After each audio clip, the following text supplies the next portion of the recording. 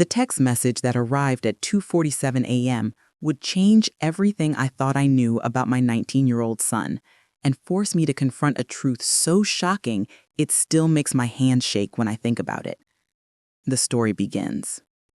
My name is Sarah Martinez, and I've lived in Sacramento my whole life.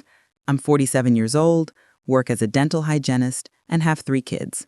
Marcus, who's 19, Emma, who's 16, and little Jake, who's 12. My husband David and I have been married for 21 years, and from the outside, we probably look like your typical middle-class American family. But as I learned that cold February night, sometimes the people closest to you can be complete strangers. It started like any other Thursday evening. David was working late at his accounting firm. Tax season, you know how it is. Emma was upstairs doing homework, Jake was playing video games in the living room, and Marcus hadn't been home for dinner again. Now, I need you to understand something about Marcus. He's always been my quiet kid. While Emma is dramatic and social, and Jake is this bundle of energy who never stops talking, Marcus has always been the observer, the thinker. He'd rather read a book than go to a party, and he's always been incredibly close to me. Or, at least, I thought he was. Marcus had been acting strange for about 2 months. It started right after winter break when he went back to community college. He'd come home late, sometimes not until after midnight. When I'd ask where he'd been, he'd give me these vague answers like studying at the library, hanging out with friends, just driving around. The thing is, Marcus had never been a social butterfly. He had maybe 3 close friends from high school, and they were all as quiet and studious as he was. So when he suddenly started having all these mysterious late-night hangouts, I knew something was up. David kept telling me I was being paranoid. "He's 19, Sarah," he'd say. "He's becoming an adult. Give him some space." But a mother's intuition is a powerful thing, and mine was screaming that something was wrong. The changes weren't just about his schedule. Marcus had started dressing differently, trading his usual jeans and hoodies for button-down shirts and khakis. He'd gotten a haircut without me even knowing about it. He'd started carrying himself differently, walking taller, speaking more confidently. Don't get me wrong, these weren't bad changes. If anything, it seemed like my shy, introverted son was finally coming out of his shell. But it was happening so fast and so drastically that it felt like I was watching a stranger take over my child's body. Then there were the phone calls. Marcus had always been attached to his phone like any teenager, but lately he'd been getting calls at the strangest times. During dinner, he'd excuse himself to answer. Late at night, I'd hear his voice through the walls, having hushed conversations that would go on for hours. And the texts? The constant texting. His phone would buzz every few minutes and he'd drop everything to respond. When I'd casually ask who he was talking to, he'd just say, friends or study group. But here's what really got to me. Marcus had started asking questions about our family history. Seemingly innocent questions at first. "Mom, what was it like when you and Dad first got married? Do you ever regret the choices you made when you were young? Did you always know you wanted to be a dental hygienist?" Then the questions got more specific. "What was Dad like before I was born? Why don't we have any pictures from when I was a baby? How come Grandma Martinez never talks about Dad's side of the family?" I tried to answer as best I could, but some of his questions made me uncomfortable. They felt loaded, like he was fishing for specific information. And when I tried to turn the conversation around and ask why he was curious about these things, he'd just shrug and said he was taking a psychology class, and it had him thinking about family dynamics. The night everything changed started normally enough. I'd made dinner, spaghetti and meatballs, Marcus's favorite, hoping it might entice him to eat with us for once. But 6:30 came and went, then 7 o'clock, then 8 o'clock. His plate sat there getting cold while the rest of us ate. Emma kept checking her phone and rolling her eyes. "Marcus is being so weird lately." She said, "Yesterday I saw him talking to that creepy guy who hangs out by the 7-Eleven. "What creepy guy?" I asked, my mom radar immediately pinging. "You know, the one with all the tattoos who's always smoking cigarettes.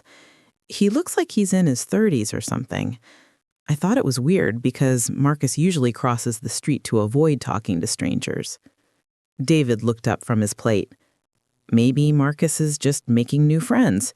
Nothing wrong with that. But I could see the concern in his eyes, even if he was trying to play it off. After dinner, I tried calling Marcus. It went straight to voicemail. I texted him, "Dinner's ready if you want to heat it up when you get home. Everything okay?" No response. By 10 p.m., I was pacing the living room. By 11 p.m., I was standing at the window, watching for headlights. David kept telling me to relax, that Marcus was an adult and could take care of himself. But I couldn't shake the feeling that something was very wrong. At midnight, I finally went to bed, but I couldn't sleep. I lay there listening for the sound of Marcus's key in the lock, checking my phone every few minutes to see if he'd responded to my messages. And then, at 2:47 a.m., my phone buzzed with a text from Marcus. At first, I was just relieved to hear from him, but as I read the message, that relief turned to confusion, then to something approaching terror. The text read, "Mom, I need you to know that I've been lying to you about everything. I found out the truth about Dad and I can't pretend anymore. We need to talk tomorrow, but I wanted you to have time to think about what you're going to say. I know about the accident. I know about Chicago, and I know why we really moved to California." I must have read that message 50 times, my heart pounding so hard I was sure it would wake David. The accident? Chicago? What was Marcus talking about? David and I had lived in Sacramento our entire relationship. We'd met in high school, dated through college, got married right after graduation. We'd never lived in Chicago. What accident? But even as these logical thoughts ran through my mind, there was this sick feeling growing in my stomach, because somewhere in the deepest, most buried part of my memory, those words were triggering something I'd spent 20 years trying to forget. I crept out of bed and went downstairs, my hands shaking as I held my phone.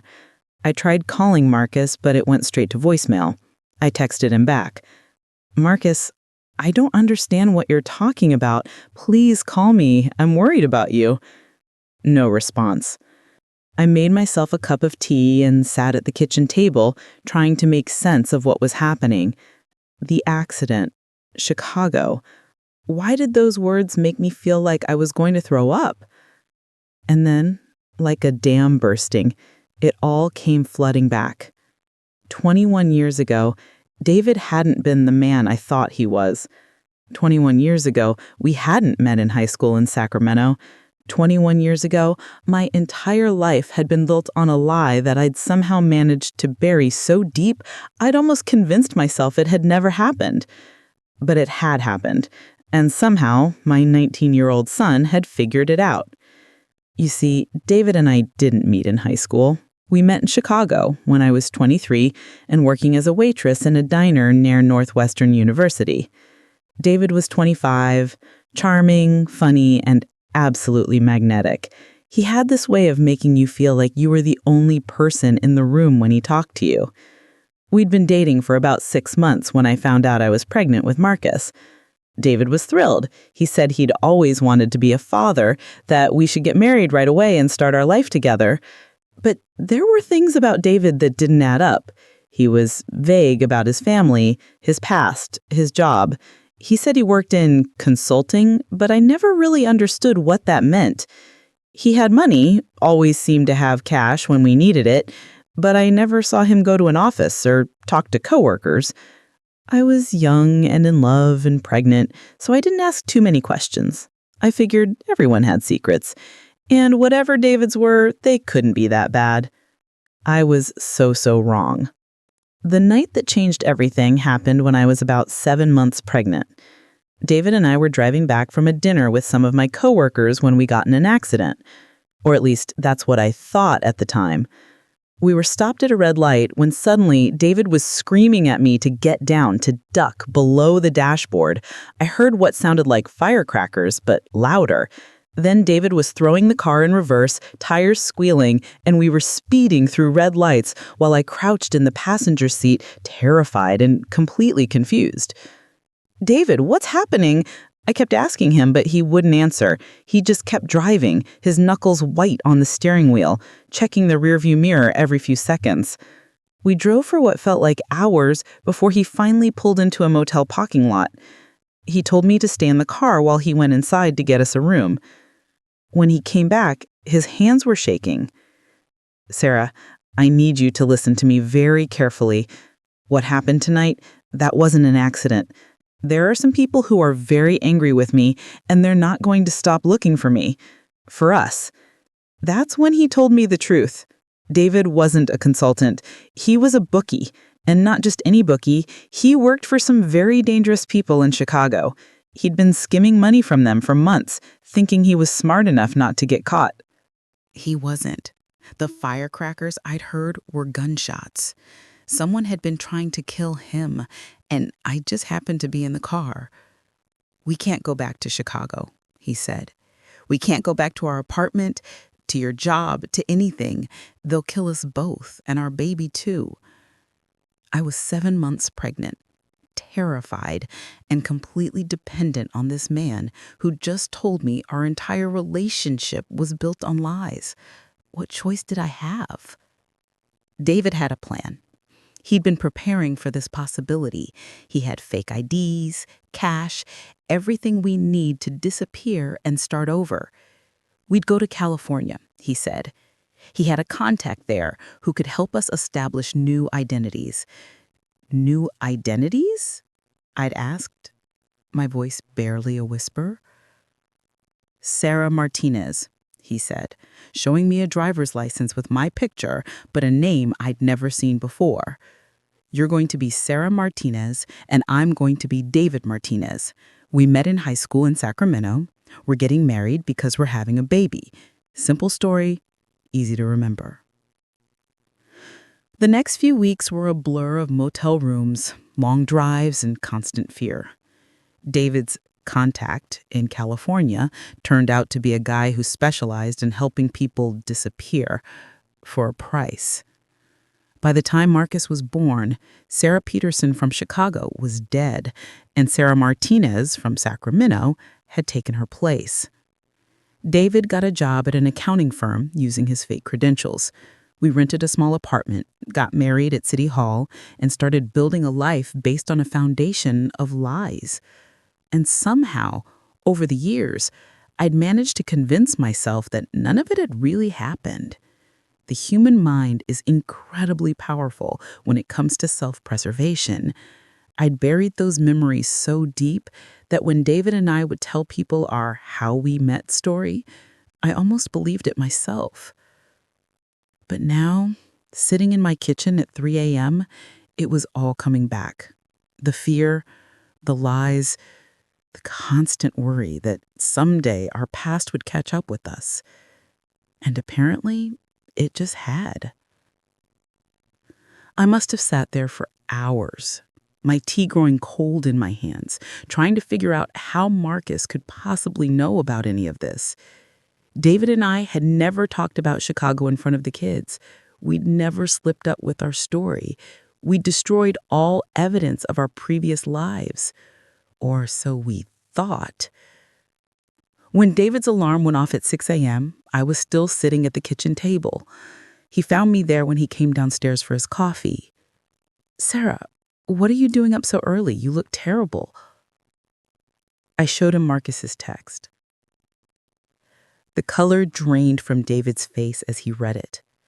He sat down heavily in the chair across from me. "How?" was all he managed to say. "I don't know," I whispered. "But he knows, David. He knows everything." We called in sick to work, both of us. We needed to figure out what to do before Marcus came home. The kids thought we were both coming down with something, which wasn't entirely untrue. I felt like I was dying. Around noon, Marcus texted me. "I'll be home at 4. We need to talk. All of us."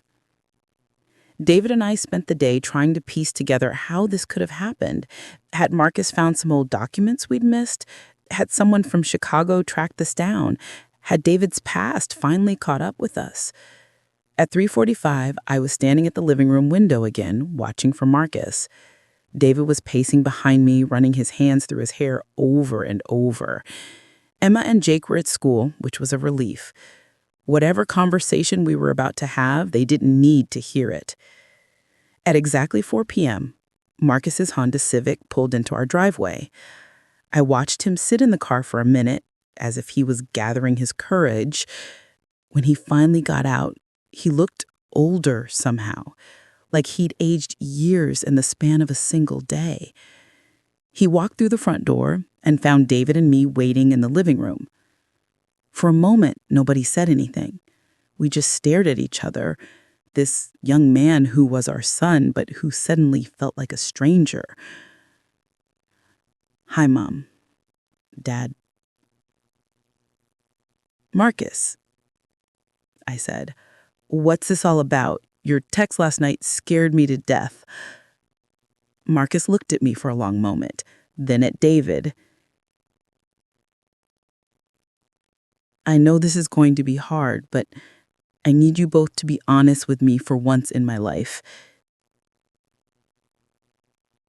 He sat down on the couch across from me and pulled out his phone. Marcus pulled out a folder from his backpack. The Chicago crime family Dad was involved with was taken down by the FBI 8 years ago. Most of them are in federal prison. The ones who aren't are dead. There's been no active warrant for David Peterson in over a decade. He opened the folder and showed us FBI press releases, newspaper articles, court documents. The criminal organization that had forced us to flee Chicago had been dismantled years ago. "We've been hiding from ghosts," David said softly. "For 8 years, yeah," Marcus agreed. "Maybe longer." I felt like I was underwater, like nothing was quite real. My son, my 19-year-old son, had uncovered in 3 months what we'd been running from for 20 years. "Marcus," I said, "I need you to understand something. When we left Chicago, I was 7 months pregnant with you. We were terrified, broke, and had nowhere else to go. We weren't trying to lie to you. We were trying to keep you alive." "I know, Mom," Marcus said, and his voice was gentler now. "I'm not angry about that part. I understand why you did what you did, but what I don't understand is why you kept lying after the threat was gone. Why you never told us the truth."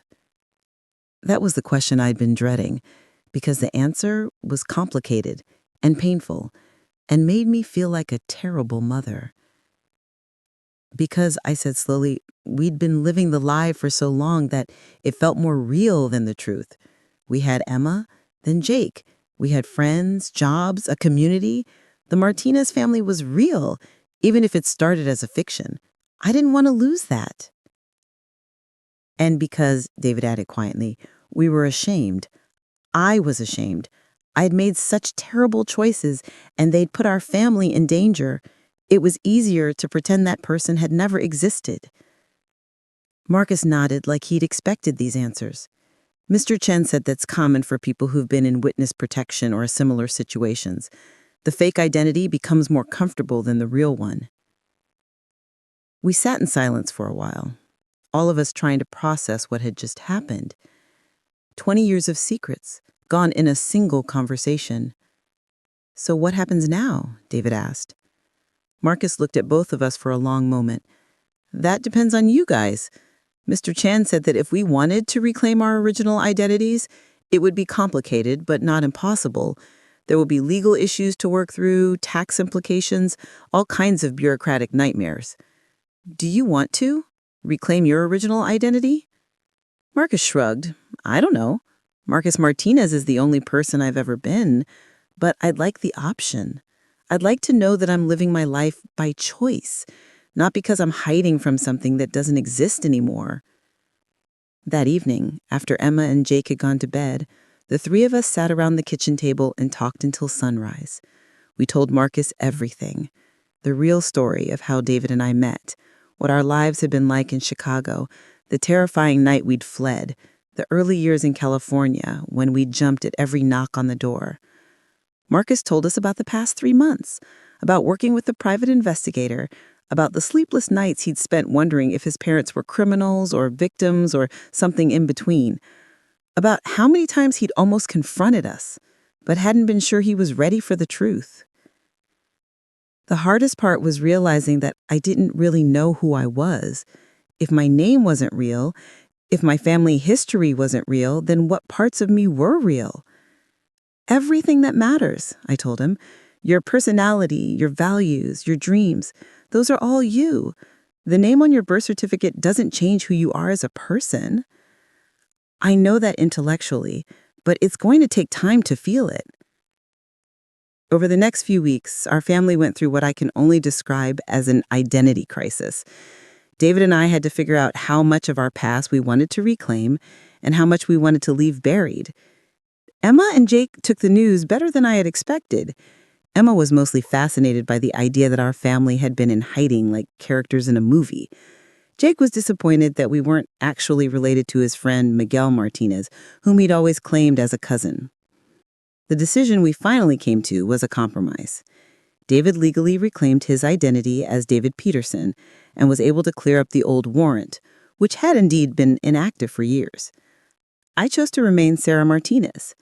Sarah Peterson felt like someone I'd known a long time ago, but not someone I wanted to be in again. Marcus decided to hyphenate his name, Marcus Peterson Martinez. He said it felt like a way to honor both the person he'd been born as and the person he'd grown up to be. We also decided to stay in Sacramento. This was our home now, our community. The people we'd become over the past 20 years weren't fake, even if the circumstances that had created them were complicated. But the most important thing that came out of this whole experience was the conversations. For the first time in our family's history, we were completely honest with each other. No more secrets, no more lies, no more carefully edited versions of our family history. Marcus started bringing friends around again, and we learned that the creepy guy Emma had seen him talking to was actually Robert Chen, the private investigator. He'd been meeting with him regularly to go over new information, which explained all the mysterious phone calls and late nights. David and I started going to couples counseling to work through the impact that 20 years of shared lies had had on our relationship. It turned out that we had been carrying guilt and shame about our past that we'd never really dealt with. And our family started having regular truth nights, dinners where anyone could ask any question about anything, and we'd answer as honestly as possible. It was Emma's idea, and it's become one of my favorite traditions. The private investigator, Mr. Chen, became an unexpected friend to our family. He told us that in his 20 years of experience, he'd never seen a case quite like ours, where the people being investigated were the parents of the person who'd hired him. Most people hire me to find biological parents they've never met or to locate deadbeat dads. Marcus hired me to find out who his parents really were when they were sitting at the dinner table with him every night. But here's the thing that surprised me the most. I realized that the woman I'd become, Sarah Martinez, dental hygienist, mother of 3, Sacramento resident, wasn't a lie. She was just a different version of who Sarah Peterson might have become under different circumstances. The core of who I am didn't change when I changed my name. I was still the same person who loved her children fiercely, who worried too much, who made the world's best spaghetti and meatballs.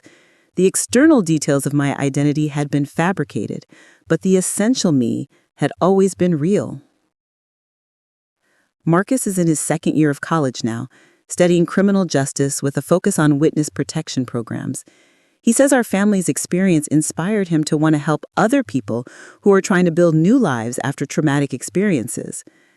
Emma is applying to colleges and has written her application essay about growing up in a family with a secret identity. She jokes that she's the only teenager she knows whose biggest family secret wasn't divorce or addiction, but witness protection. Jake is just proud that his family is more interesting than his friends' families. He started telling people that we used to be in hiding from the mob, which is technically true, though I wish he'd use his inside voice when sharing that information. David has thrived since reclaiming his identity.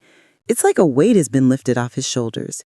He's been able to reconnect with some old friends from Chicago, the ones who aren't in prison, and he started seeing a therapist to work through the guilt he carried about the choices he made when he was young. As for me, I'm still processing everything. Some days I feel like the luckiest woman in the world. I have a son who loved me enough to spend his college fund trying to understand who I really was. I have a husband who's been by my side through the most terrifying and complicated 20 years anyone could imagine.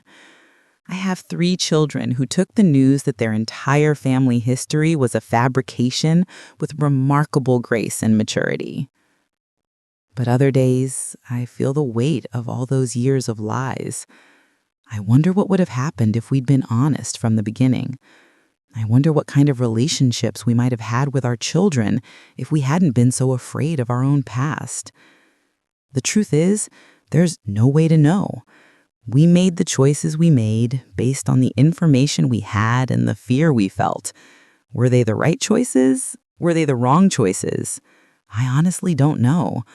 What I do know is that my family is stronger now than it's ever been. We've survived having our foundation shaken to its core, and we've rebuilt it on truth instead of necessity. Marcus still lives at home while he finishes college, and he's become the family historian. He's created a real family tree now, with both the Peterson and Martinez branches represented. He's tracked down relatives we hadn't spoken to in 20 years, and he's planning a trip to Chicago to visit his grandmother Peterson, who we thought was dead, but who's actually living in a nursing home on the South Side. The night this all started, when I got that text at 2:47 a.m., I thought my world was ending. I thought my son was going to hate me, that my marriage wouldn't survive the truth, that everything I'd built over the past 20 years would crumble. Instead, I learned that the people who love you can handle the truth, even when it's complicated and painful and makes them question everything they thought they knew about their own lives. I learned that running from your past doesn't make it go away. It just means you're carrying it with you wherever you go, like a weight you can't put down. And I learned that my 19-year-old son is braver, smarter, and more compassionate than I ever gave him credit for. He could have confronted us with anger, or gone to the police, or simply walked away from our family altogether. Instead, he approached us with curiosity, empathy, and a genuine desire to understand rather than judging. The last thing I want to say is this. If you're living with secrets in your family, especially secrets that are born out of fear or shame, please consider whether those secrets are protecting the people you love or just protecting you from having difficult conversations. I spent 20 years being afraid of losing my family if they knew the truth. It turns out the thing I should have been afraid of was losing them by continuing to lie. Today, we're not the Martinez family anymore, or the Peterson family. We're the Martinez family, a hybrid identity that acknowledges both where we came from and who we've become. And for the first time in 20 years, when someone asks me to tell them about my family, I can tell them the truth. So that was Sarah's story. And I have to say, it's one that really stayed with me. The idea that you can live with someone for years and not really know their story, their past, their real name, it's both terrifying and fascinating. What struck me most about Sarah's story is how her son Marcus handled the situation. At 19 years old, he showed incredible maturity in how he approached his parents with this information. He could have been angry, accusatory, or dramatic about it. Instead, he gave them time to process, approached them with empathy, and was ultimately interested in understanding rather than judging. It also makes you think about identity, doesn't it? Are we defined by our names, our documented histories, the official records of our lives? Or are we defined by our actions, our relationships, our choices day after day? Sarah's family had to grapple with the fact that their entire documented history was a fabrication, but the love they shared, The memories they'd made, the people they'd become, all of that was absolutely real. I think there's a lesson here about the power of truth in families. Sarah and David spent 20 years being afraid that the truth would destroy their family. Instead, it was the foundation of lies that was fragile. When they finally built their relationships on honesty, those relationships became stronger than they'd ever been. If you've got a story like Sarah's, or any story that you think our community would connect with, please send it our way. You can email us at the address in the description below. We read every single submission, and we're always looking for stories that help us understand the complicated, beautiful, messy reality of being human. Thanks for watching, and I'll see you in the next video. Don't forget to subscribe if you haven't already, and hit that notification bell so you never miss a new story. Until next time, remember, everyone has a story worth telling.